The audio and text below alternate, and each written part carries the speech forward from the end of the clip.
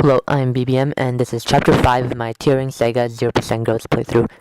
So wanting to apologize first off. When I played this map, I forgot how short it was, so I didn't realize that I wouldn't actually need to speed it up. And because of this, I played it on mute, so there isn't any background music in this chapter. You guys just get to hear my voice for 6 minutes. Have fun. So first thing about this map, it is indoors. So like Fire Emblem 5, this means that your playable units, and enemy units are forced to dismount.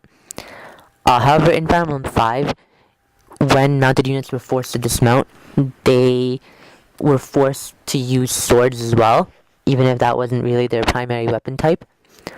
In this game, what weapons mounted units can use when they're dismounted is pretty much dependent on their class on a case-by-case basis.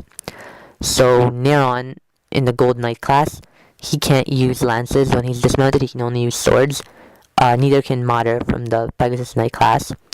But Raffen, who's in the Commando Knight class, he can use lances when he's promoted, or when he's dismounted rather. So he doesn't actually lose anything other than stats, which all mounted units do. So yeah, there's a lot of NPC units in this chapter. They're actually surprisingly competent.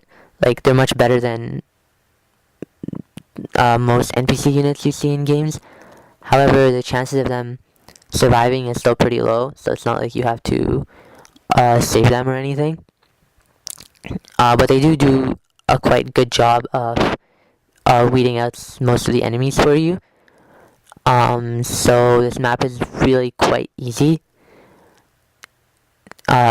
because most of the time there's only a couple enemies left for you to deal with.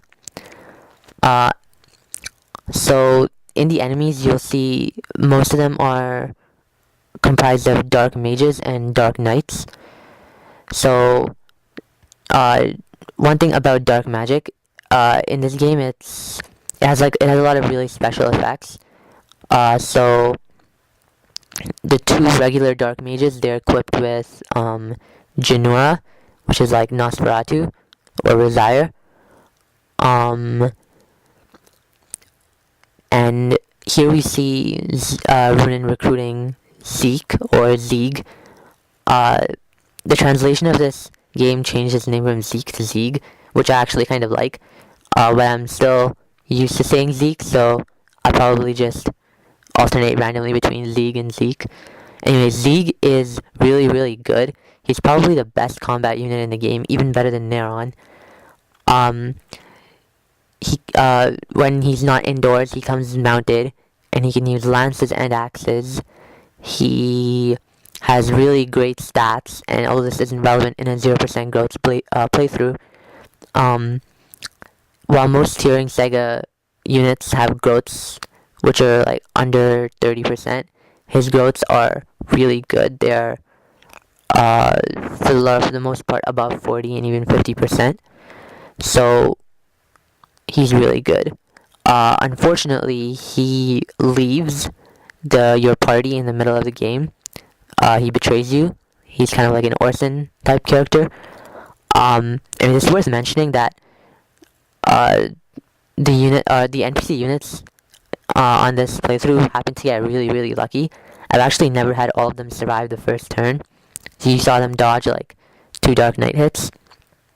But anyways, now you'll see the boss who didn't do anything on the first turn. He's gonna use his weapon Black Hole to like double kill 2 of the mages. So that was one of the special effects I was mentioning. Black Hole can attack enemies in a plus shaped formation, but it can only be used on even phase turns, which is why the boss ran away on the first enemy phase. And additionally, you can't counterattack with it. So it's quite useful as like a player phase weapon, but really bad overall, I guess. So what I was trying to do here was, because this is like the first time I've ever had a a enemy survive, rather an NPC survive, I was trying to see if I could feed the boss kill to him, just for giggles. So, I admit I kind of rigged that critical hit there. But, anyways, now Entei recruits our second character of this chapter, Maruju. Maruju is quite mediocre. He, all magical units that you get in this playthrough have their own, special weapon, their own preferred weapon, but Maruju's is the worst. Additionally, he comes with the worst base stats and growths, so he's just not that good. And anyways, the NPC missed the boss like a chump, so I just had Runen finish him off.